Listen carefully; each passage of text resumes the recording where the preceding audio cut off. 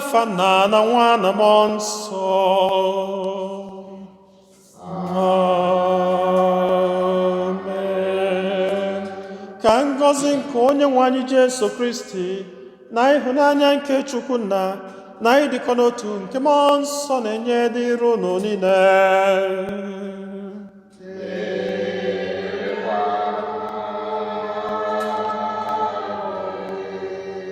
Ụmụnne m na Kristi, eji m obi aṅụrị na obi nke dị nwe anyị Jesu Kristi, onye kulitere n'ọnwụ, onye meriri ọnwụ, onye jụrụ ọnwụ ebe ike gị dị. Eji m afa dị nwe anyị Jesu Kristi n'ụwa wee na-asụ unu niile n'agbanyeghị ọnọdụ ọbụla, Happy Easter. Same to you. Anyị niile agbakọtago ọnụ n'obi Chineke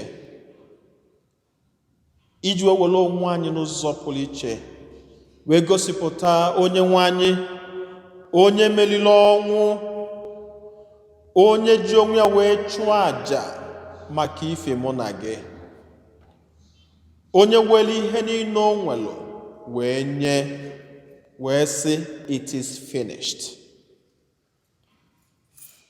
Ọ na-egosipụta anyị n'ụbọchị tata that it is finished. It is finished. Emerigo m ọnwụ, emerigo m ọnwụ, emerigo m afụfụ, esigo na ya bụ ini were pụta. N'ụbọchị tata, ọ gwakwazịla ụmụazị ya, banyezienụ n'obodo niile ka unu jee ụgwa na ụmụnne m na m esigo n'ọnwụ pụta. Onye ọbụla gbagotabazie na Jerusalem ebe anyị ga-anọ nwa aṅụrị.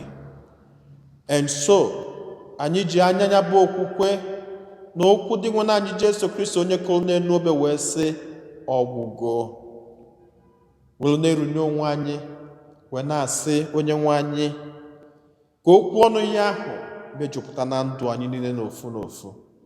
A na-erunyekwazi ụmụnne anyị, the frontliners, ndị nọ n'iru ọgụ n'aka Chineke, the whole doctors, the whole nurses, healthcare givers, policemen, military, fire servicemen and women, ndị niile nọ n'iru ọgụ na anyị niile bụ ndị ụka. Anyị na-erunye onwe anyị na-ayọ ka Chineke chekwaba anyị n'ọnọdụ ndụ anyị niile. Anyị na-echetakwazi n'ụzọ pụrụ iche ezinụlọ Nweke, ndị yọkwazịlị ka anyị cheta ha n'aja masị n'ụwa. Anyị jikwazi obi aṅụrị wee na-ayọ ka Chineke onye fụrụ anyị n'anya na-echekwaba anyị niile, na-edu anyị, na-agọzi anyị. Anyị nwezila ebumnobi ndị ọzọ ka anyị natazi ya n'isi a narụnye Chineke ebumnobi ndị ahụ niile.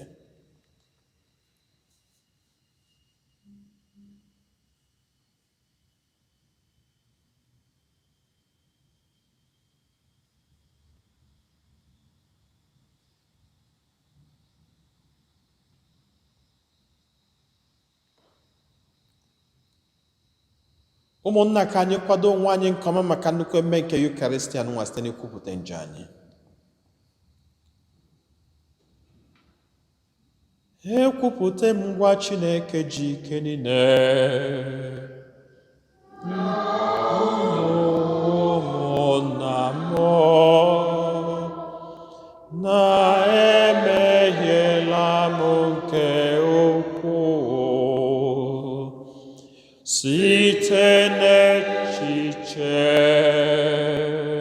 na okwu n'omume, na site n'ịrapụ ezi omume o kwesịrị na mụ ga-eme, site na mmehie mụ, site na mmehie mụ, site na mmehie mụ, ekasị ukwuu, nya ka m ji ayọ Maria dị ngọzi.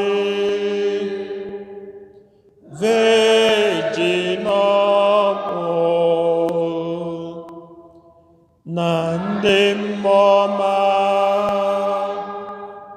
na ndị nsọ niile na unu ụmụnna m, unu rịọbara m ose bụwa Chukwu anyị ayịyọ. Ka Chineke ji ike niile mere anyị ebere, gbaghara anyị njọ anyị, duru anyị na ndụ ebe ebe.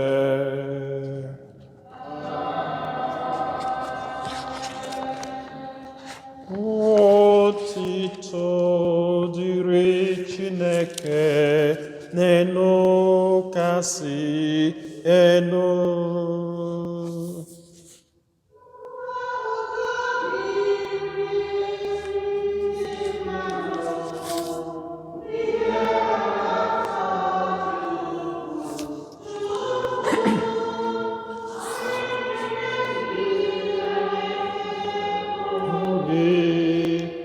Anyị edoghị ebube n'oge ebube,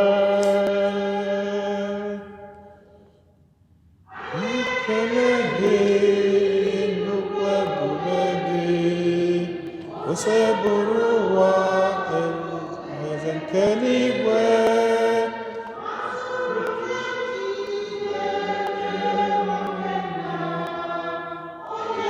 Kpocha ụjọ nkụwa,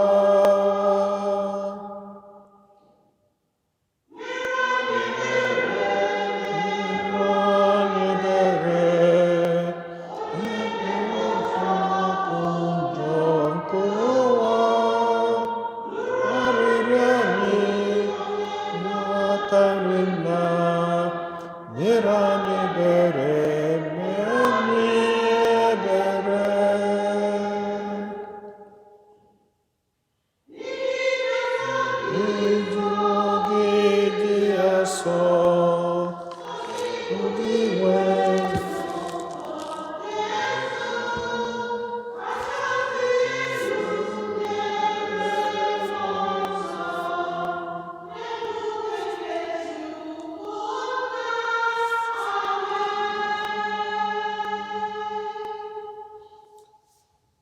Ka anyị yọọ ayịyọ. Chineke onye ebere dị ebighị ebi, iji emume ncheta ọnwụ na mbilite n'ọnwụ nke nwa gị na-amụnyere ndị nke gị dị nsọ ọkụ nke okwukwe, biko mụbaa amara nke inyere anyị, mee ka anyị niile ghọta nke ọma ihe bụ na a sachapụrụ anyị njọ, bịakwa mụgharịa anyị ọzọ na mmụọ, mee ka anyị ghọta ụdị ọbara ejiri gbapụta anyị.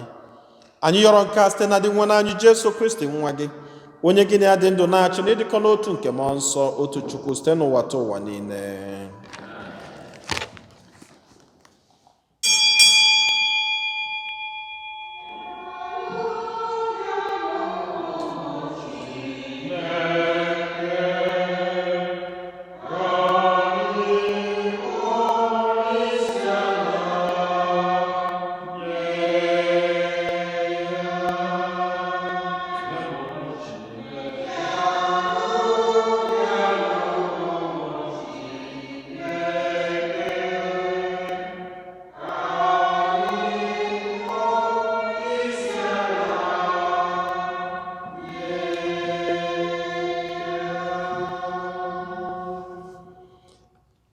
N'afa na Nwa na Mmụọ Nsọ.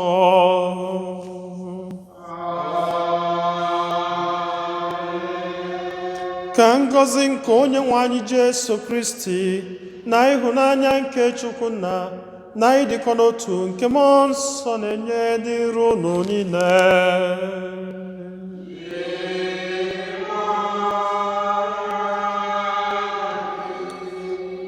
Ụmụnne m na Chineke, tata bụ ụka nke abụọ n'oge ncheta mbilite n'ọnwụ nke dị nwe anyị Jesu Kristi.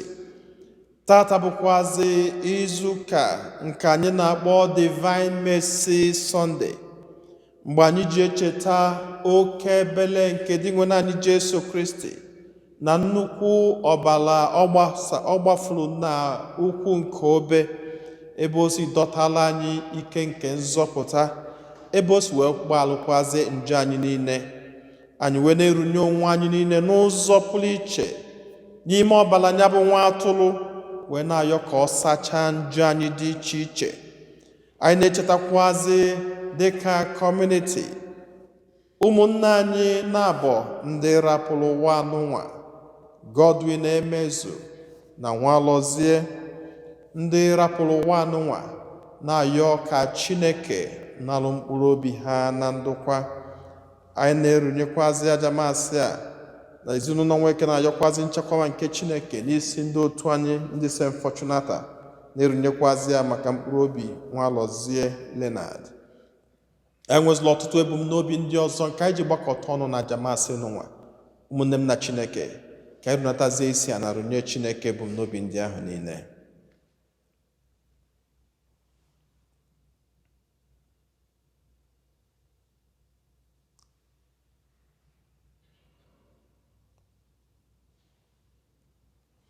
Ụmụnna, ka anyị kwado onwe anyị nke ọma maka nnukwu emume nke Yukaristia site n'ikwupụta njọ anyị.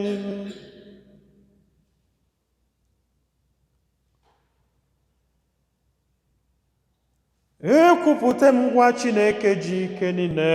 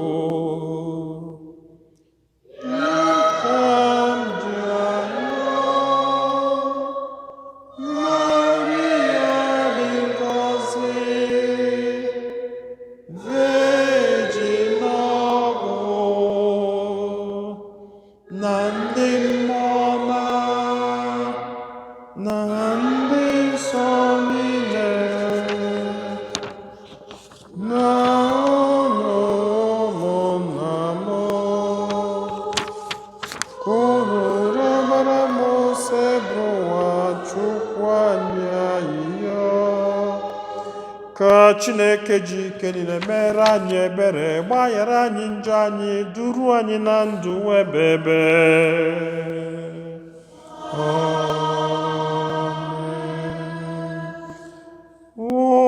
Otito dịrị Chineke n'enu kasị enu.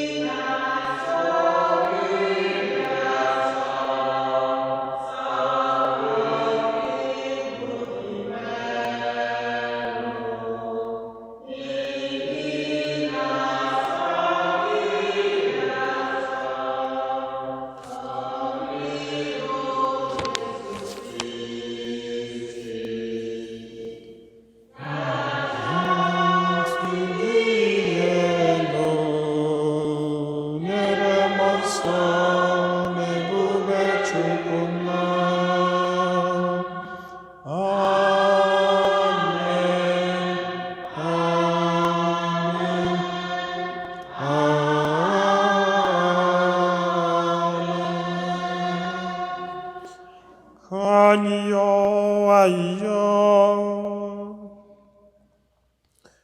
Chineke onye ebere dị ebighị ebi, iji emume ncheta ọnwụ na mbilite n'ọnwụ nke nwa gị na-amụnyere ndị nke gị dị asọ ọkụ nke okwukwe, biko mụbaa amara nke inyere anyị, mee ka anyị niile ghọta nke ọma ihe bụ na-asachapụrụ njọ anyị, bịakwa mụgharịa anyị ọzọ na mmụọ nsọ. Mekwa ka anyị ghọta ụdị ọbara ejiri gbapụta anyị. Anyị yọrọ nke a site na dị nwa anyị Jesu Kristi nwa gị, onye gị na ya dị ndụ na-achị n'ịdịkọ n'otu nke mmụọ nsọ, otu Chukwu site n'ụwa ta ụwa niile. Ihe ọgụgụ ewetara n'ọrụ ndị ozi. Ndị kwere na Kristi nọgidesiri ike n'ekpere na ịmụ ihe ozizi nke ndị ozi. Ha na-ebikwa ndụ mmekọrịta na nke ịnyawa achịcha n'otu na nke inwekọ ihe. Chineke gosikwara ọtụtụ ọrụ ebube na ihe ịrịba ama dị iche iche site n'aka ndị ozi. Nke a mere ka egwu bịa onye ọbụla. Ndị niile kwere na Kristi bikọkwara ọnụ, nwekọkwa ihe n'otu. Ha na-erekọta n'otu ihe niile ha nwere na nke ha natara, wee kesaa ego nye ụmụnna n'otu n'otu dịka mkpa onye ọbụla si dị. Ha jikwa otu obi na-anọgidesi ike n'ụlọ nsọ Chineke kwa ụbọchị. Ha na-erikọkwa nri ọnụ n'ụlọ n'obi ụtọ, onye rie ya enyetụ ibe ya. Ha na-etokwa Chineke. Ihe ha na-eme na-atọkwa ndị Juu ụtọ. Onyenwe anyị na-atụkwasara ha kwa ụbọchị ndị niile a na-azọpụta. Okwu nkosebrowa.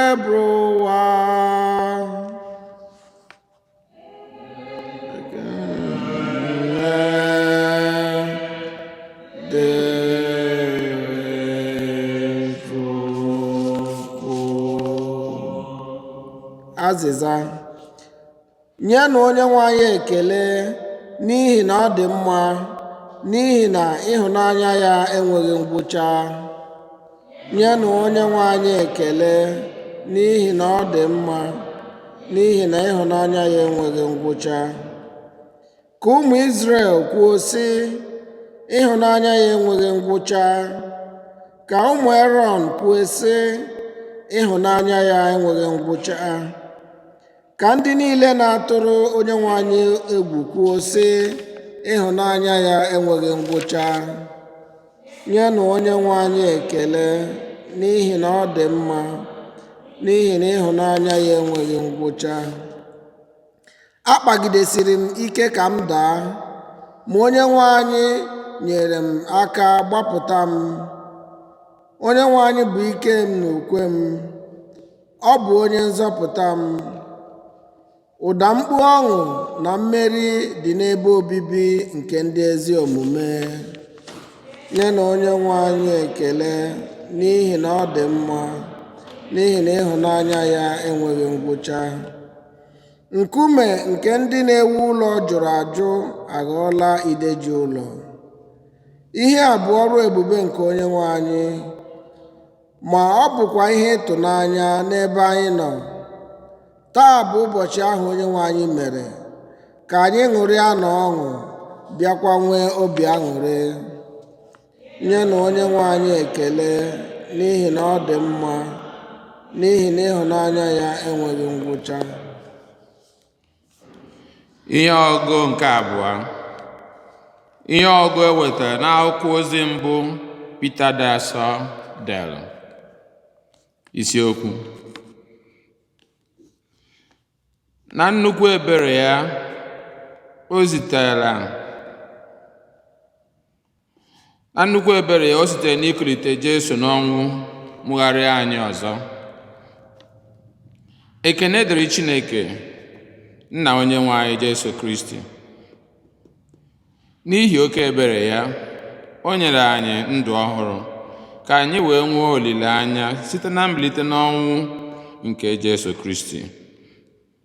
N'ihi nke a, anyị na-atụ anya na anyị ga-anata ngọzi nke Chineke debere ndị nke ya. Chineke debere ụnụ ngọzi nke a n'eluigwe.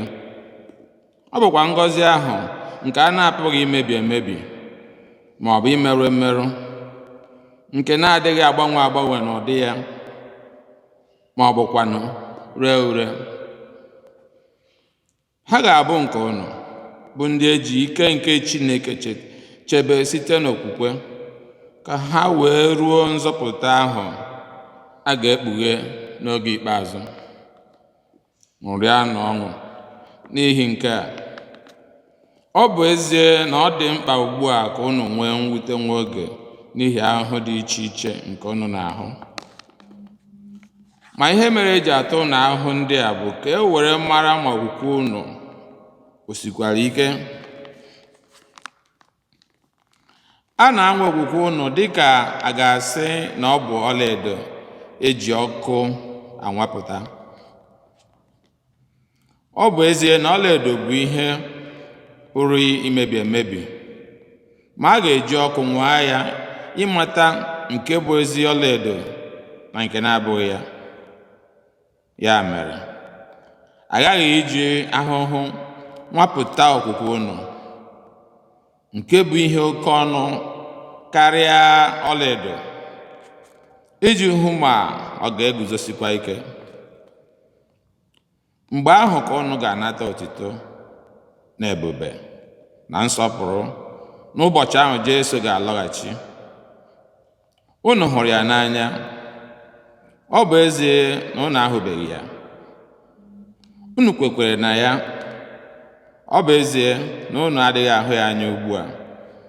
N'ihi nke a ka unu ji aṅụrị oke ọṅụ, ọṅụ nke dị ebube, bụ ọṅụ ahụ nke ọnụ na-apụghị ịkọwa. Unu na-aṅụrịkwa ọṅụ n'ihi na unu na-anata ihe unu ji nwee okwukwe, bụ nzọpụta nke mkpụrụ obi unu. Okwu nke ose bụrụ ụwa.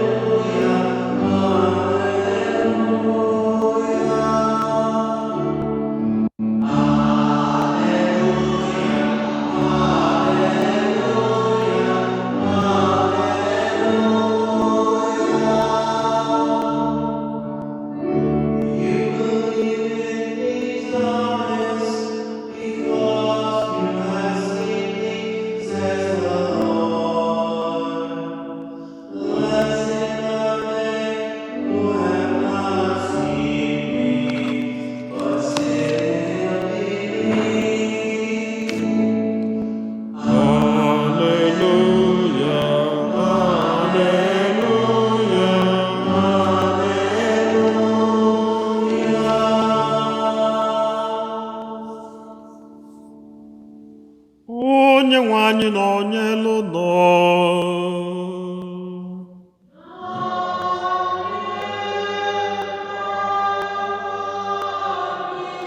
Ihe ọgụgụ nke ya si n'oziọma dị nsọ nke Jọn dere.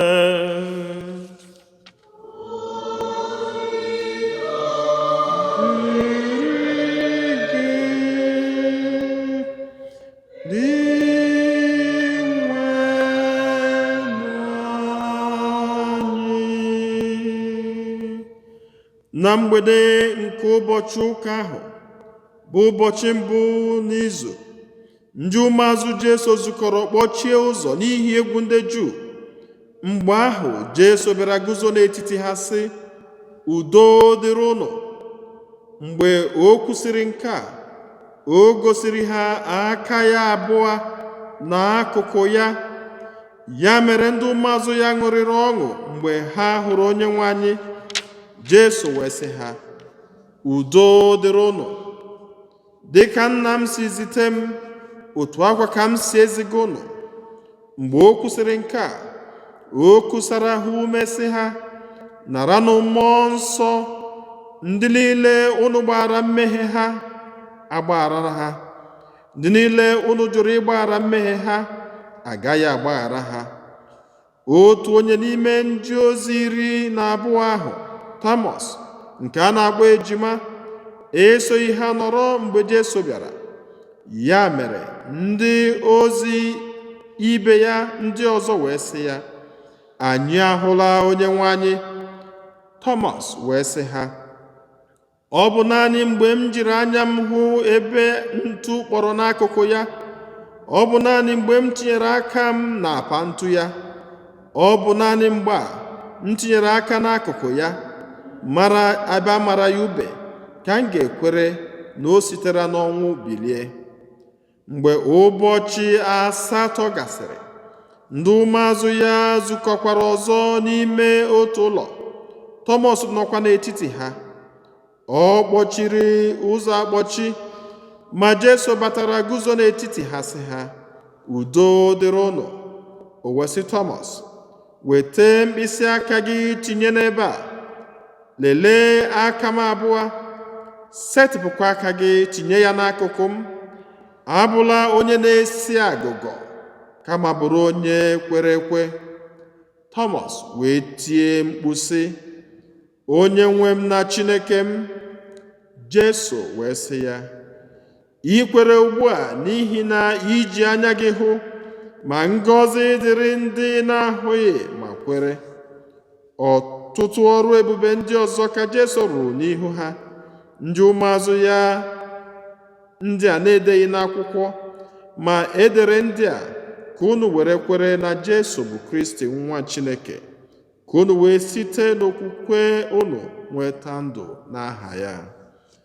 Oziọma nke Osebruwa.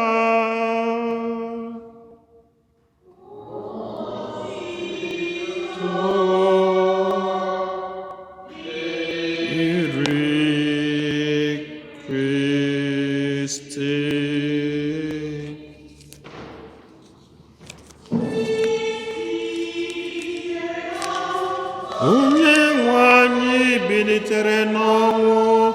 Aleluya, aleluya, aleluya. O nwekwara ike n'ebe ọ nọ.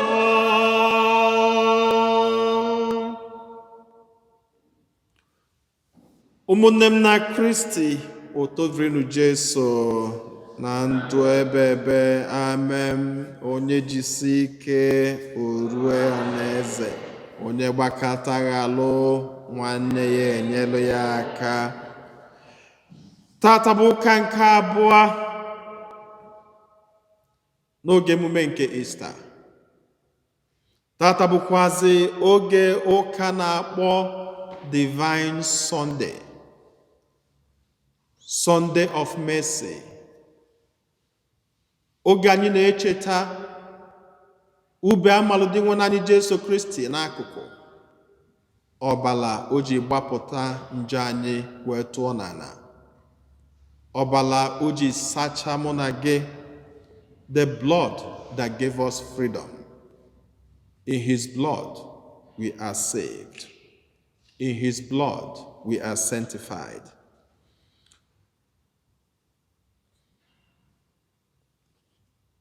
Ama m na anyị niile nọ n'ezigbo ụjọ.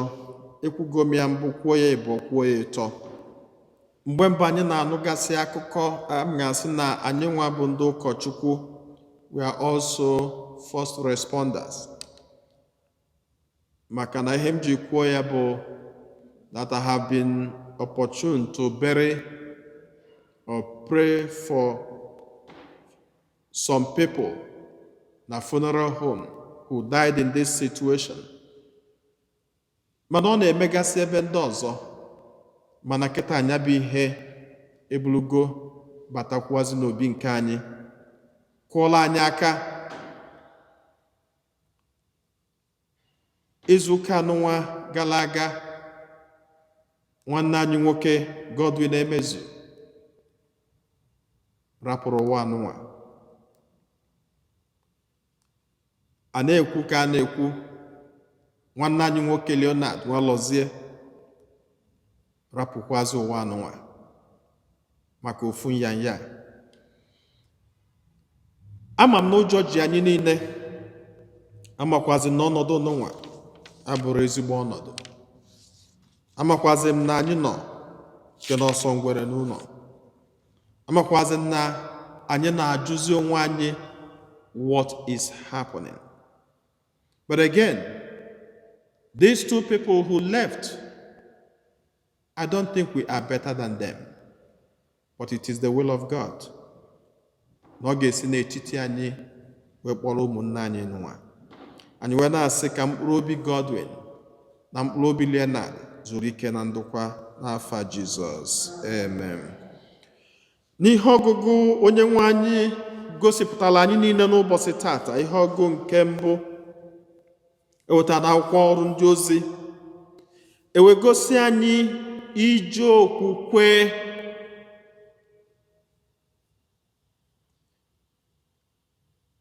Ụka Katọlik na-akụziri anyị ọsị anyị ma anyị adị ndụ ma anyị anwụrụ anwụ na anyị bụ nke dị nwenụ. We belong to God, whether we are alive or we are dead. We belong to Him. The journey of faith. And enwere onye nwere ike ịghọta ihe anụnwa if you don't build up your faith in Him. Enwere onye nwere ike ịghọta this situation if you don't build up your faith. I have seen families cry even up till this morning. I've listened to so many cries. I listened to a daughter who braved it and went into the mother's ICU unit despite the COVID. Messia Mamia Nwo yesterday. Up to this morning, she was still crying. But at the same time, she built her faith. If despite the mourning situation in the family, Okabiodolo has strength in the Word of God. Okwu niile na-apụta n'ọnụ bụrụ sọsọ okwu okwukwe ya ma n'ezie na mamị arapụgo ụwa anụnwa, mana na Chineke onye mamị felu ama arapụnata ya. O wee gosi anyị okwukwe ahụ, ofu okwukwe ahụ ka ndị nke izizi, the first Christians, ji welufe Chineke. Asị anyị na nke mbụ, ụjọ ji ha niile, ha wee rapụ ụlọ nzukọ wee gbabagasịa na be ha. But one thing they did was they built unity among themselves, they built love in faith. Because ọ bụ naanị okwukwe na-eweta ịfụnanya. If we don't have faith in Christ, we can't love one another. Akwụkwọ nsọ sị anyị na ha nọkọrọ ọnụ na-ekpekọ ekpere ọnụ because they were confused. But in the midst of that confusion, ihe nyelu ha obi isi ike bụ na ha na-ekpekọ ekpere ọnụ. Ọ sị na-emekọrịtakwa mmekọrịta ụmụnne, denụ na-awa achịcha dịka dị nwe na Jesu Kristus wee sị na-emenụ nke a na ncheta nke m. Ọ bụ ihe ndị a bụ ihe jikọrọ ha ọnụ in the time of crisis.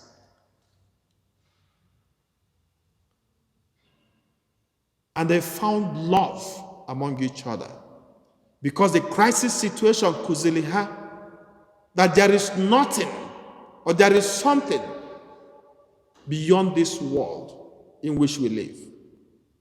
And ihe ọma niile si n'aka Chineke abịa. Ụmụnne m na Chineke, kedu ihe ọnọdụ ụnụnwa na-akụzili mụ na gị? What lesson are we learning out of this COVID situation? What lesson are we learning out of this coronavirus situation? Are we recording anything in our mind? Are we thinking deeper into the meaning of life? Are we thinking deeper into the meaning of unity?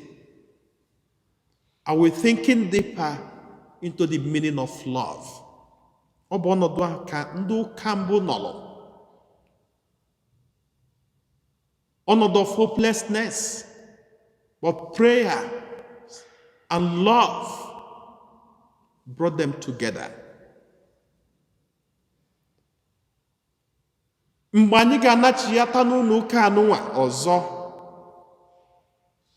will we be the same? Ka ọnọdụ unu nwere nnukwu ihe ọ ga-akụzili each and every one of us that will make us different from what we were before today. Can we change our concept of life and our concept of the world if we come back to this church again? Can this corona situation be a source of unity, a source of love for each and every one of us? Or Ogabukwa, when we come back, we start total disunity, unforgiving spirit, and hatred for one another.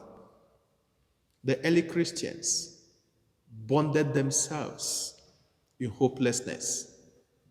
They lived a life of prayer in a more difficult situation. And they shared what they had. They shared love. They shared gratitude. They shared Jesus Christ. When we come back, what will we share? Shall we share love? Shall we share unity? Shall we be able to bond ourselves, knowing that we have something greater than us? That life we have doesn't belong to us. What lesson are we learning? Abịa n'ihe ọgụ nke bụ egosikwazi anyị na mgbe ụfọdụ na mmadụ ịta afụfụ bụ ụzọ Chineke ji azụ okwukwe anyị. Peter dị asọ kọwali ọfụma. Ọ sị na Chineke na-amụcha anyị site n'afụfụ. Afụfụ n'ụwa ọ ga-enye anyị okwukwe siri ike. Shall we bounce back knowing that in God we live? Shall we bounce back knowing that our help comes from God who made heaven and earth? Shall our faith be stronger after this? Abịa n'ọmalịcha ozi ọma nke a gụpụtara anyị n'akwụkwọ nke Jọn dị asọ. Ọ sị na ụmụazị nọ n'ụjọ, ha were kpọchisia ụzọ etu ụzọ niile si kpọchi nọdụ n'ekpele. Mana o gosikwa na ka akpọchicha anya bụ ụzọ na enwelu ndị anọrịa, that there were some people who left.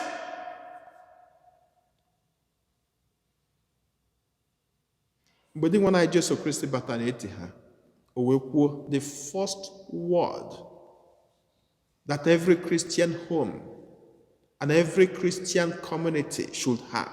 He said, "Peace be unto you." Because of course, every family that does not have peace cannot live. They can't even worship God properly.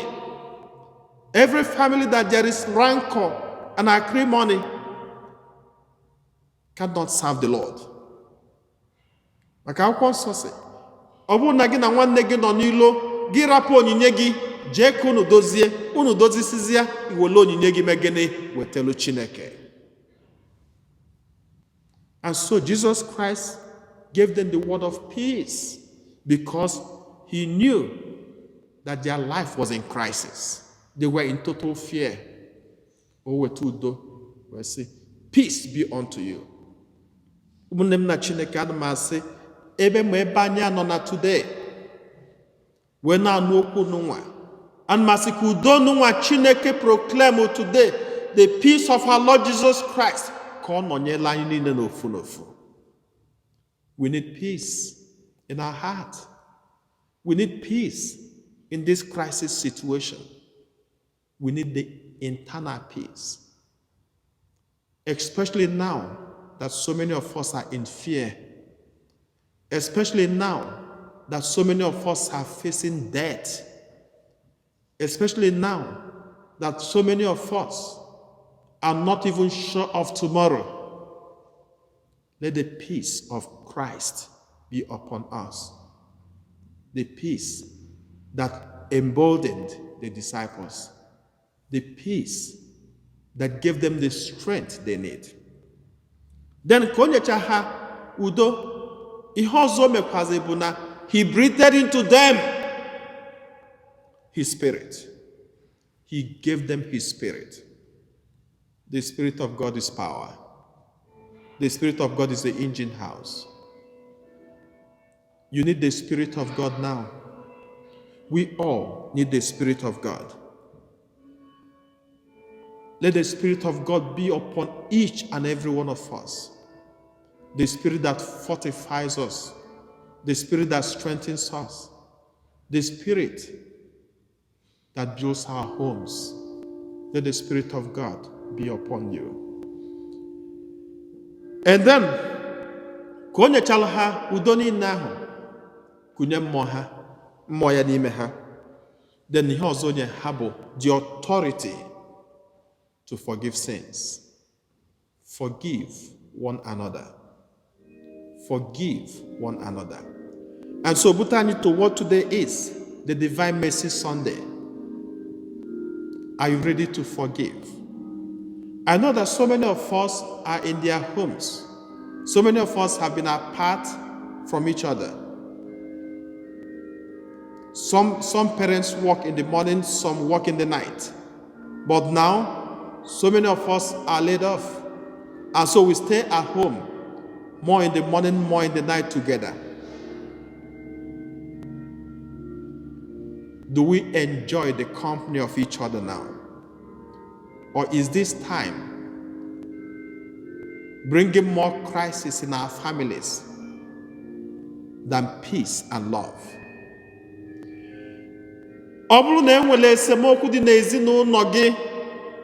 This is a Divine Mercy Sunday, Sunday of forgiveness, Sunday of reconciliation. Reconcile with one another. Reconcile with your wife. Reconcile with your husband. Reconcile with your children. Invoke the divine mercy to forgive your sins, because nobody knows tomorrow. This is a time of personal experience with God. The personal experience Thomas had. Thomas was not there when Christ came. And he said, no, I'm not going to believe you again. Before Christ and Thomas refused. He said to Christ, Christ, I will go to that Jerusalem with you. Let us go with him and die with him. Thomas said it at the beginning. But when the chips are down, Thomas disappeared. It is not enough to say by words. It is enough to show by action.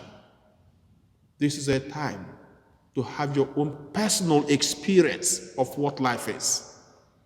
This is a time to know your own personal experience of what faith is. This is a time to have your own personal experience of what family is. This is a time to know your own personal experience of what community is. This is a time to have your own personal experience of everything that surrounds you.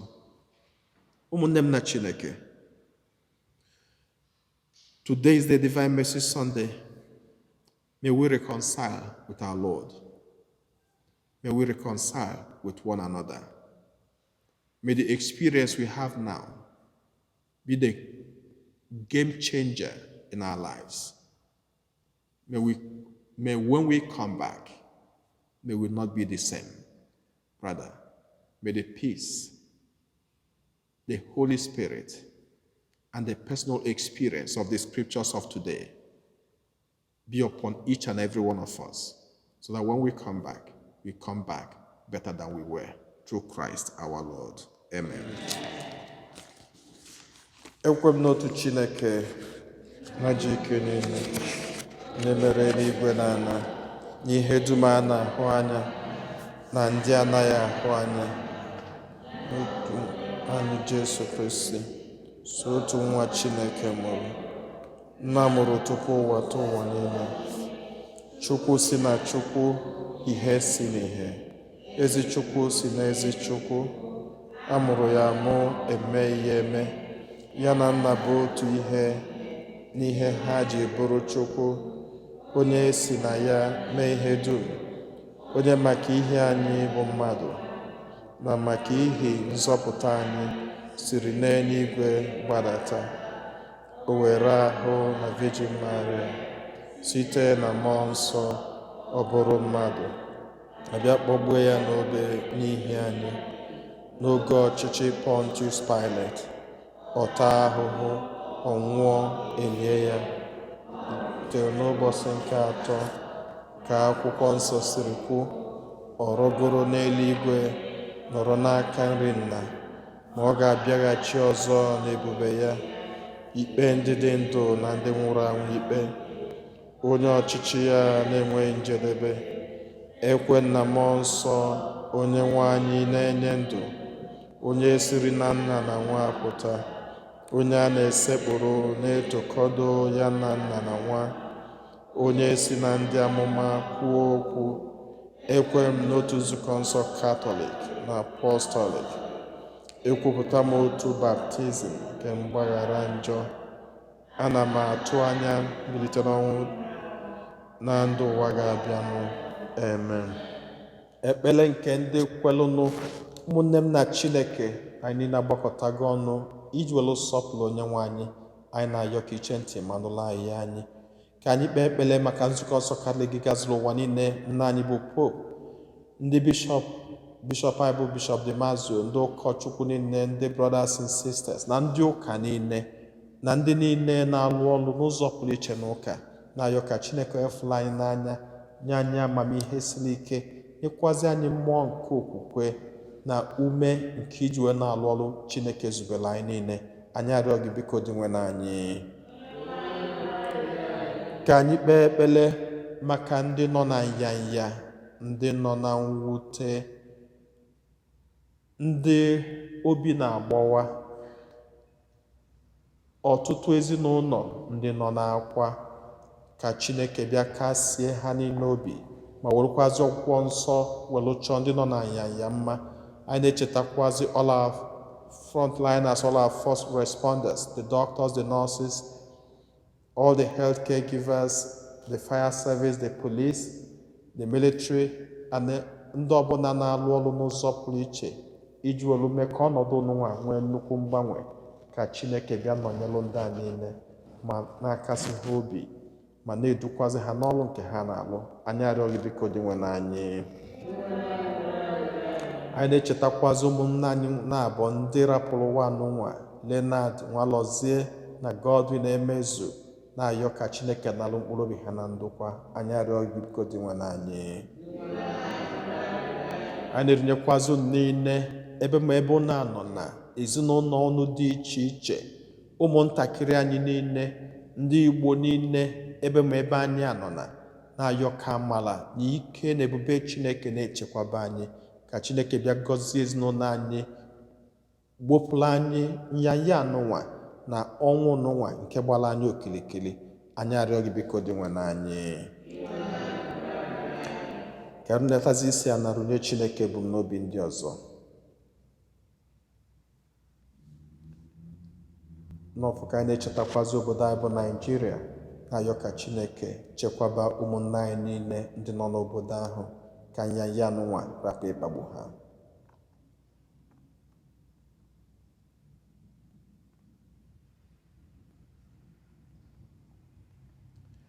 Ike dị n'ọbara Jizọs, ike dị n'ọbara ya.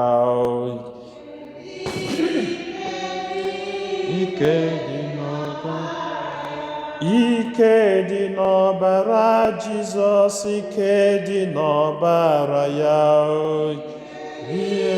ike dị n'ọbara, ike ike niile bụ nke ya, ike ike niile bụ nke ya, ike ike niile bụ nke ya, ike ike niile bụ nke ya.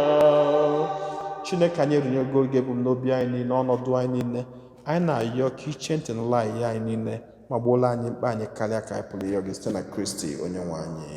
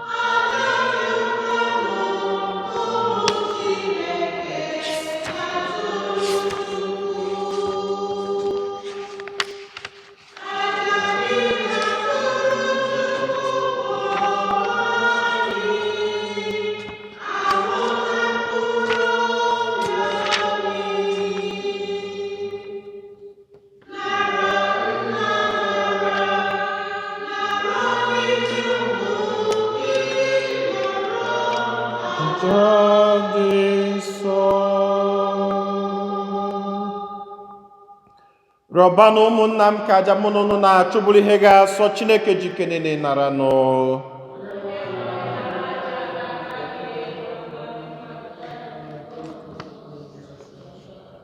Onye nwe anyị niile bụ ndị nke gị, biko nara onyinye anyị na nke ndị amụgharịrị ọzọ n'oge ugbu a. Mee ka anyị site n'ikwupụta aha gị ya na ọmụmụ ọhụrụ amụrụ anyị nweta aṅụrị nke ndụ ebighị ebi. Anyị yọrọ nke a site na Kristi onye nwe anyị. Onye nwe anyị nọnyere unu.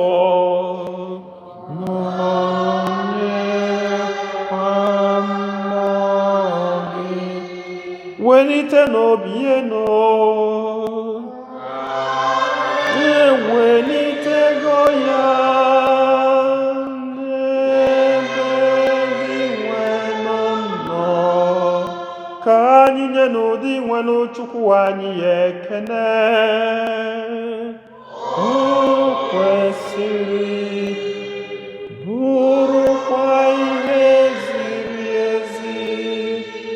o kwesịrị ezi bụrụkwa ihe ziri ezi na-azọ ndụ na anyị ga-eto gị oge niile o sebụrụ ma ọ kacha mkpa n'oge ugbu a mgbe Kristi onye bụ Paska anyị bụzi ihe eji chụọ àjà ya bụ ezi nwa atụrụ onye kpochapụrụ njọ nke ụwa, onye jiri ọnwụ nke ya wee merie ọnwụ nke anyị bịa si na mbilite n'ọnwụ ya nye anyị ndụ ebebe. N'ihi nke a anyị na-eso igwe ndị mama niile nke eluigwe na-eto ebube gị oge niile na ukwe na ekwe.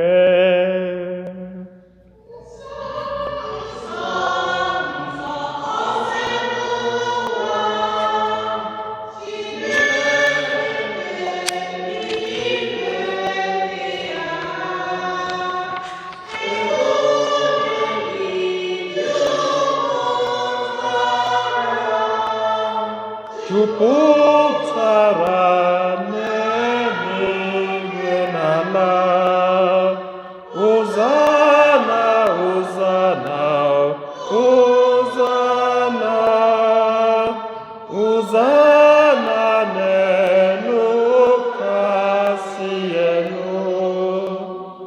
Ọ dị ngọzi bụ onye bịara, onye bịara n'aha Onyenwe anyị. Hozana, Hozana, Hozana, Hozana n'elu kasị elu.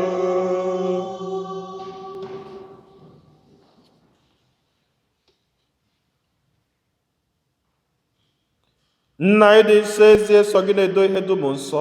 Anyị arịọ ka ido onye ndị a nsọ site rụkwasa ha mmụọ gị ka ha wee ghọrọ anyị arụ n'ọbara nke Onyenwe anyị Jesu Kristi, onye bịara tupu edunye ya n'ọnwụ nke o jiri aka ya wee nara o were achịcha nye gị ekele na otito nyawa ya nye ya ụmụazụ ya sị, naranụ nke a rienụ ya ụnụ niile, nke a bụ arụ m nke a ga-eduru nye maka ụnụ.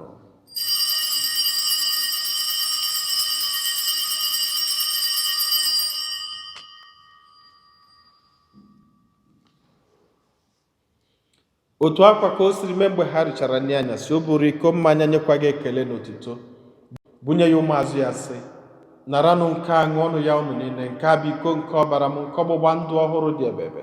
A ga-agba ya n'ihi nna n'ihi mmadụ niile ka e were gbaghara njọ, na-emenụ nke a na ncheta nke m.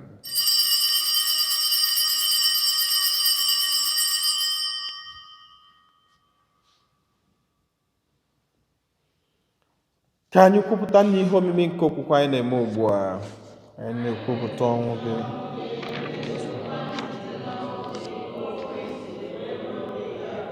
Nna, na ncheta nke ọnwụ na mbilite n'ọnwụ nke nwa gị, anyị ebunye gị achịcha nke ndụ na iko nke nzọpụta. Anyị na-ekele gị n'ihi na ikwere ka anyị dị mma ịkwụrụ n'ihu gị na-efe gị. Anyị ji ume a na-arịọ ka anyị bụ ndị na-anata arụ n'ọbara nke Kristi bụrụ otu site na njikọ nke mmụọ nsọ. Nna, cheta nzukọ gị gazuru ụwa niile, menụ ka ịhụnanya gị jupụta ya. Gọzie Pope anyị bụ Francis na Bishọp anyị bụ Nicholas na ndị ofe ọlta gị niile. Chetakwa ụmụnna anyị ndị ji okwe wee gaa n'ezumike nke ọnwụ, kpọbata ha na ndị ọzọ niile nwụrụ anwụ na ihe nke ebube gị. Biko meela anyị niile ebere. Ka anyị soro Virgin Maria dị ngọzi nne nke Chukwu na ndị apọstụl na ndị nsọ gị niile ndị mere uche gị n'ụwa wee keta ndụ ebebe. Ka anyị sorokwana ha na-eto gị na-edo gị ebube site na Jesu Kristi nwa gị. Ihe niile kere eke na-esonye bụ Kristi na-esikwa n'ime na n'aka ya na ịdịkọ n'otu nke mmụọ nsọ na-enye gị bụ Chukwu nna ji ike niile nsọpụrụ na otuto niile site n'ụwa ta ụwa niile. Amen. Hallelujah. Amen. Hallelujah. Amen. Nna anyị nọ n'eluigwe, ka otuto dịrị afọ gị, ka ọchịchị gị bịa, ka eme uche gị n'ụwa ka esi eme ya n'eluigwe. Nye anyị tata nri nke ụbọchị anyị, gbara anyị mmehie anyị dịka anyị si gbara ndị mmehie anyị. Ekwena ka anyị kwenye na nranye, ma zọpụta anyị n'ajọ ife. Zọpụta anyị, anyị na-arịọ gị osebụrụ ụwa na ajọ ihe niile. Were ebere nye udo n'oge nke anyị site n'inye aka ebere gị, ka zọpụta anyị niile na njọ oge niile. Anyị were gbanahụ nsogbu niile, were nchekwube dị nsọ na-atụ anya maka mbịaghachi nke onye nzọpụta anyị Jesu Kristi.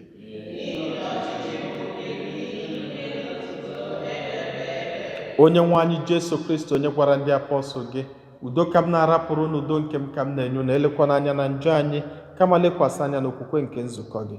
Nye ya udo na ịdịkọ n'otu mgbe niile ka uche gị siri chọọ, gị bụ onye dị ndụ na-achị ebe. Udo nke ose bụrụ ụwa dịrị unu mgbe niile.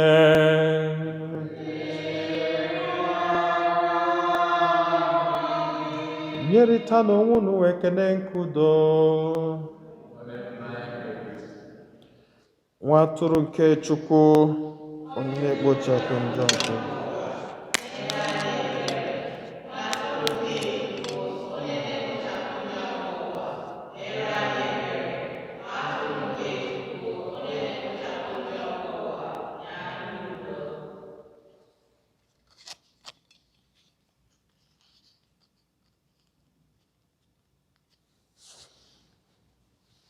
Ụmụnne m na Kristi, na-enụ nwa atụrụ nke Chukwu, na onye ahụ na-ekpochapụ njọ nke ụwa. Anyị nwere isi ọma bụ ndị akpọ n'ori nke nwa atụrụ Chineke.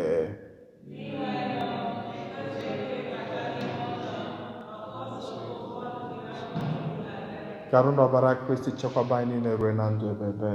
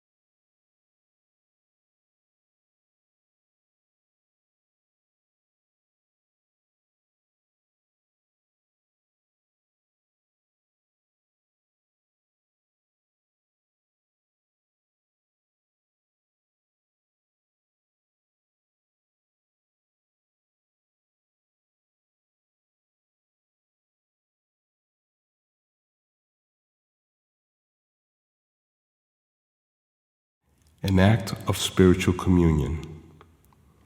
My Jesus, I believe that you are present in the most holy sacrament. I love you above all things, and I desire to receive you into my soul. Since I cannot at this moment receive you sacramentally, come at least spiritually into my heart. I embrace you as if you were already there, and unite myself wholly to you. Never permit me to be separated from you. Amen.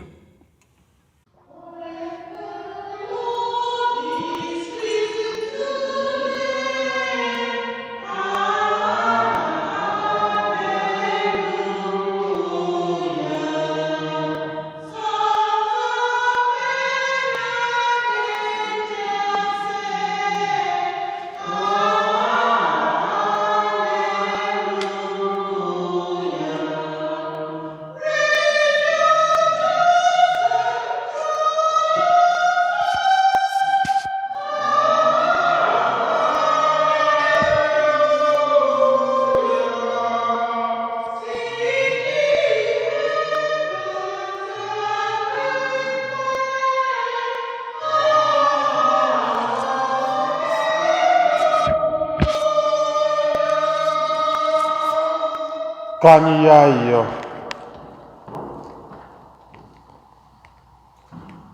Chineke ji ike niile, anyị anatala ihe ọgbụgba ndụ nke ọnwụ na mbilite n'ọnwụ Kristi. Biko anyị na-arịọ gị, mee ka ọ nọnyere anyị oge niile site na Kristi Onyenwe anyị. Amen. Ana m ekenekwazi onye ọbụla nke chelu ntị na aja masị n'ụwa, na-ayọ ka Jesus of divine mercy, or the divine mercy of Jesus, be upon each and every one of us. Na-akasikwazi kọmuniti anyị obi maka nnukwu ihe melụ anyị niile na ndị Igbo niile, na-asị ka mkpụrụ obi ha zuru ike na ndụkwa ọzọ site na amala Chineke. Ọ bụ na anyị anachiatara next Sunday, a ga-akakwazi maasị ọzọ in this form next Sunday. Nwekwazi change. I will let everybody know.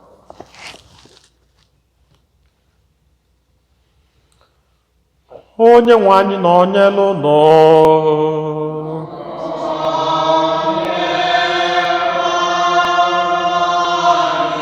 Ka Chukwu ji ike niile gọzie unu, Nna na Nwa na Mmụọ Nsọ. Aleluya, aleluya.